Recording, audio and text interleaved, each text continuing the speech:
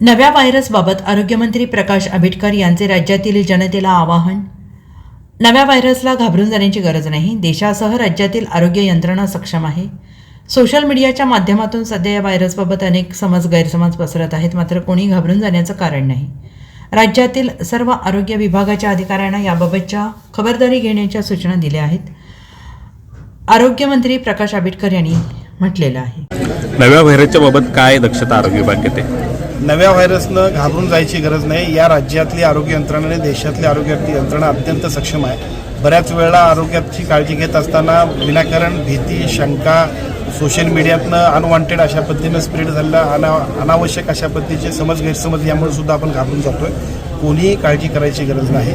जे असेल त्याच्याबद्दल योग्य त्या सूचना आरोग्य विभागाच्या वतीनं सर्व नागरिकांना दिल्या जातील आणि त्या पद्धतीने या राज्यातल्या आरोग्य यंत्रणेचं अत्यंत चांगल्या पद्धतीने नियोजन करून राज्यातल्या सर्व आरोग्य विभागाला त्या पद्धतीच्या सूचना दिल्या जातील.